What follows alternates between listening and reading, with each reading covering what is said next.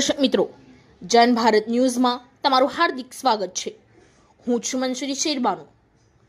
વડોદરામાં રાહુલ ગાંધીએ સંગઠન સર્જન અભિયાન શરૂ કરતા નેશનલ હેરાલ્ડ કેસમાં ઈડીએ 5000 કરોડના મની લોન્ડરિંગની ચાર્જશીટ દાખલ કરી। ભાજપ યુવા મોરચાએ રાજ્યભરમાં રાહુલનું પૂતળું બાળી વિરોધ કર્યો, જેમાં તમામ ભાજપ નેતાઓ જોડાયા। પોલીસે પૂતળા બળતા નિષ્ક્રિય રહી, જેના પર મીડિયાએ તીખા સવાલ ઉઠાવ્યા। નોંધ્યું કે કોંગ્રેસ પૂતળું બાળે તો ધરપકડ થાય। કોંગ્રેસે શનિ મંદિરથી કાર્યાલય સુધી માર્ચનો પ્લાન બનાવ્યો, પરંતુ વીએમસીમાં ધરણાની જાણ થતાં ઋત્વિક જોશી અને ભત્તુભાઈએ કાઉન્સિલરો સાથે કાર્યાલયે દોડ લગાવી પોલીસની લાચારી પર પ્રહાર કર્યા।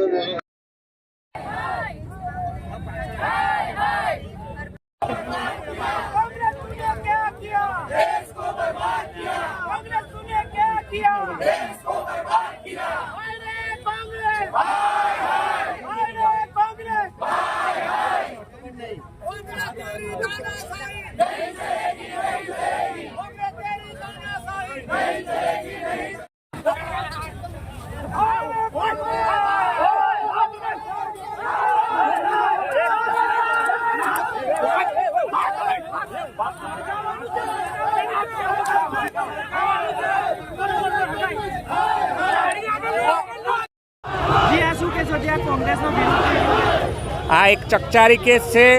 જે રીતે હેરાત કાંડ એક ગોપાળું બહાર આવ્યું છે, જે ફંડના નામે ઘોટાળો કર્યો છે, જે ભ્રષ્ટાચાર કર્યો છે। આ દેશમાં આવા ભ્રષ્ટાચારીઓ કદી ચલાવી લેવાય નહીં। એક રાષ્ટ્રીય પાર્ટી હોય અને તેના જ સંચાલકો આવી રીતે જે ઘોટાળા કરી રહ્યા છે, ભ્રષ્ટાચાર કરી રહ્યા છે, ફંડના નામે ચોરી કરી છે, આવા ચોર લોકો સામે જે ચાર્જશીટ થઈ છે એ વ્યાજબી અને યોગ્ય છે। અને આ ગોટાળામાં આ બંને જે કસૂરવાર છે, કારણ કે જ્યારે એક વકીલ તરીકે હું ચોક્કસપણે કે ચાર્જશીટ ક્યારે થાય કે જ્યારે કોઈ કસૂરવાર હોય અને તેના વિરુદ્ધમાં પુરાવા મળતા હોય ત્યારે ચાર્જશીટ થતું હોય છે। અને ઈડી પાસે ચોક્કસ પુરાવા હોવાથી રાહુલ ગાંધી અને સોનિયા ગાંધી વિરુદ્ધ જે ચાર્જશીટ થઈ છે એ યોગ્ય છે અને આવનારા સમયમાં તેઓનો વિરુદ્ધ કાર્યવાહી થશે અને નિશ્ચિતપણે આ ગોટાળામાં તેઓ સામેલ છે તો તેને કડકમાં કડક સજા બી થશે એવું નિશ્ચિત થઈ રહ્યું છે। કારણ કે ચાર્જશીટ પુરાવા વગર થતી નથી અને જ્યારે પુરાવા આવતા હોય ત્યારે આ પ્રકારના જે ગોટાળા થયા એ કદી ચલાવી નહીં લેવા। પોલીસના ઉચ્ચ અધિકારીઓ મૂક પ્રેક્ષક બનીને ઉભા હતા, તમામ કાર્યક્રમ આખો જોયો તો સાહેબ કેમ હાથ બંધાયેલા છે? કેમ સરકારનો કાર્યક્રમ, સરકારની પાર્ટી એટલા માટે? કારણ કે કાયદો કાનૂન વ્યવસ્થા તો દરેકને લાગુ પડે છે। કાયદો નિયમ કરવામાં આવે છે એવું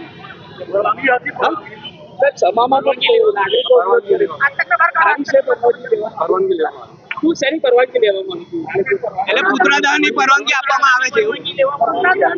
પૂતળાદહનની પરવાનગી આપવામાં આવે છે પાર્ટી દ્વારા જે આ લોકો વિરોધ પ્રદર્શન કરવાનો છે પરમિશન લેવામાં યોગ્ય ધારાધોરણ મુજબ છે। પૂતળાદહનની લેવામાં આવેલી પૂતળાદહનની એમને જેટલી બી પરમિશન આપવામાં આવી હતી, જેટલી બી કાયદાકીય રીતે પરમિશન માંગી હતી એ પરમિશન આપવામાં અચ્છા એટલે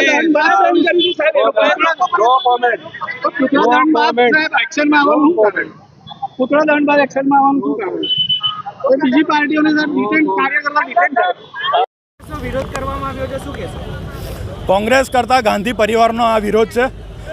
જે નેશનલ હેરાલ્ડ જે ન્યૂઝપેપર આઝાદી પહેલાંથી ચાલતું આવ્યું હતું એમાં 5000થી વધારે સ્વતંત્રતા સેનાનીઓએ એમના લોહી પસીનાની મિલકત કે એમની આવક એમાં નાખીને એ નેશનલ હેરાલ્ડ ન્યૂઝપેપર ચલાવતા હતા। એની માટે એજીએલ નામની જે કંપની રજીસ્ટર થઈ હતી એને ફંડિંગ કરતી હતી। 2008માં એ કંપની નેશનલ હેરાલ્ડ ન્યૂઝપેપર ચાલવાનું બંધ થયું।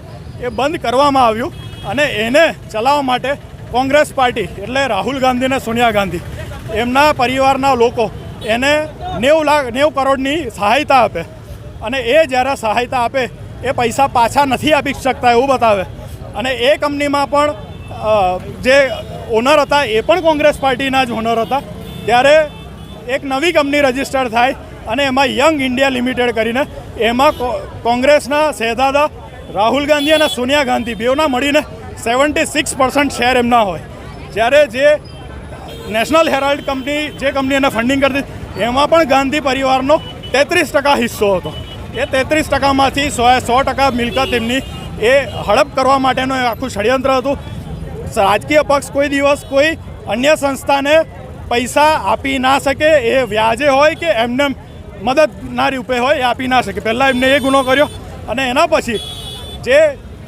યંગ ઇન્ડિયા છે એ કોંગ્રેસ પાર્ટીને 50 લાખની સહાયતા કરે છે અને એની બદલે કોંગ્રેસ પાર્ટી એવું કહે છે કે અમારે જે આ નેશનલ હેરાલ્ડ જે છે જે કંપની છે એની પાસેથી અમે જે પૈસા લેવાના છે એ વસૂલાત તમે કરો હવે એ પણ કોંગ્રેસ पार्टी शहजादा कंपनी। इस वीडियो को लाइक करें, हमारे चैनल को सब्सक्राइब कर बेल आइकन जरूर प्रेस करें